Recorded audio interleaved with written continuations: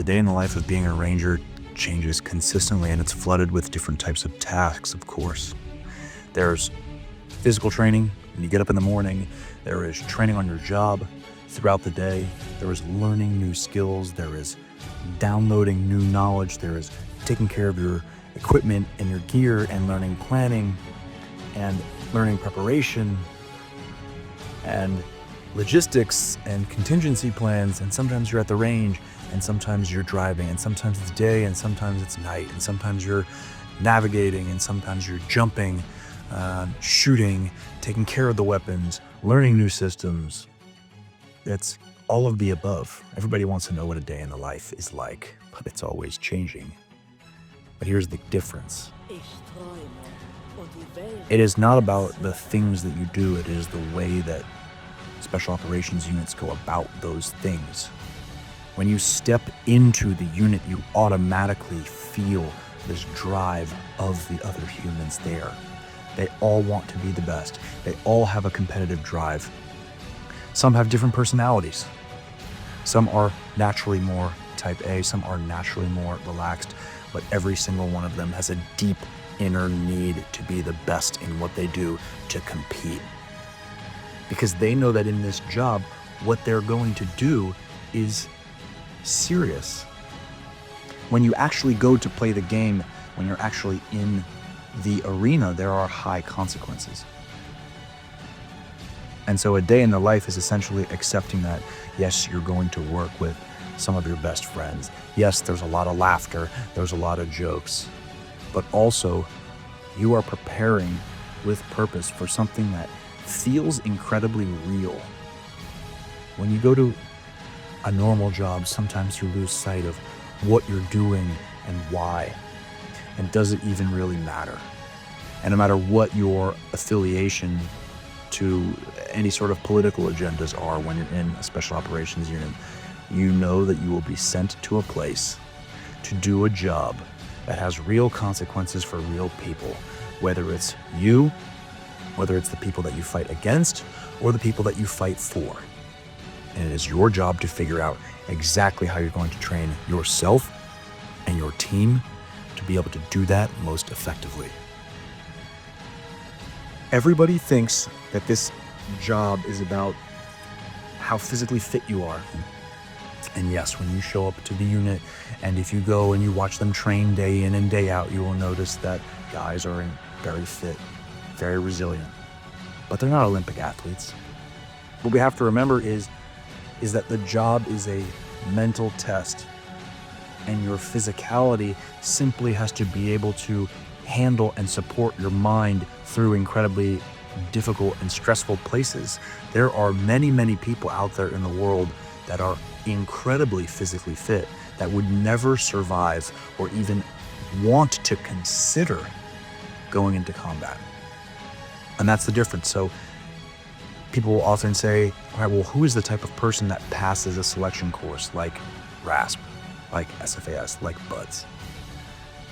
Well, I'll tell you that I saw over and over and over again people that on the outside looked like superheroes and in the gym could perform incredible feats and who quit very, very quickly. Week 1, week 2.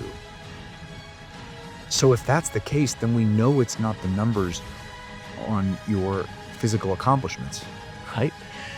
It's not that makes you go through, it's what goes on in your head. And the special operations selection courses, when you go to RASP, they are searching and seeking for the guys that they can trust in combat and stressful environments, the guys that will not give up no matter what, because that is the guy that they can train.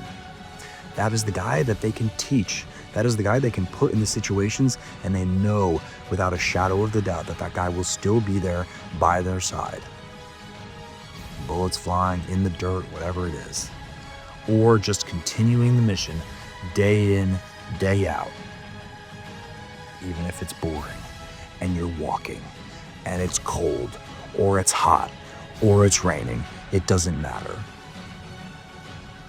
So what I seek to do is say to people, well, don't ask the question about what's life like, can I handle that life? First, ask the question, am I the type of guy that should be there? Does it make sense for me to step into that arena? Do I have the mental fortitude? Do I quit on myself in the little things that I say I'm going to do in my daily life when I'm not even at work? Do I spend time enhancing my desire to be there on a daily basis? Do I continually think and visualize and put myself in the situation and say, if I showed up to work every day, am I the type of person that wants to be the best, that wants to be with a group, that has a deep-seated purpose, and wants to go places that nobody else will go? Then, if the answer is yes, then you can say, okay, well, which unit do I want to choose? What's their main mission? What would I be doing daily? And for me, I wanted a direct action focused unit. I wanted to be focused on clearing buildings day in, day out. I liked the idea of fast roping in and flowing through buildings with a team. And in the Ranger Regiment, that's basically everything that we focus on is doing raids. Direct action, shooting, moving, communicating, simply executing the basics at a very high level under a lot of stress. And so your daily tasks will all be focused around that. And sometimes you'll be simply training physically, sometimes you'll be training on weapon systems, sometimes you'll be learning communication, sometimes you'll be moving, sometimes you'll be learning gathering intelligence to be able to execute those missions. Sometimes you'll be learning insertion tactics, like with different types of vehicles, trucks, and razors, and dirt bikes, and different types of jumping and fast roping. And your job is simply to execute the basics at the highest level possible. But if you can't do that in your normal life, you won't be able to do it there. And so I spend a ton of time training people and guiding them on enhancing their mental resilience, which you can do from your own home every single day, to make sure that they can even get to the place, get an attempt at stepping foot into the door of a unit like the Ranger Regiment where they can live the life they want to live. Because without the desire, without the mental fortitude, none of that will ever happen.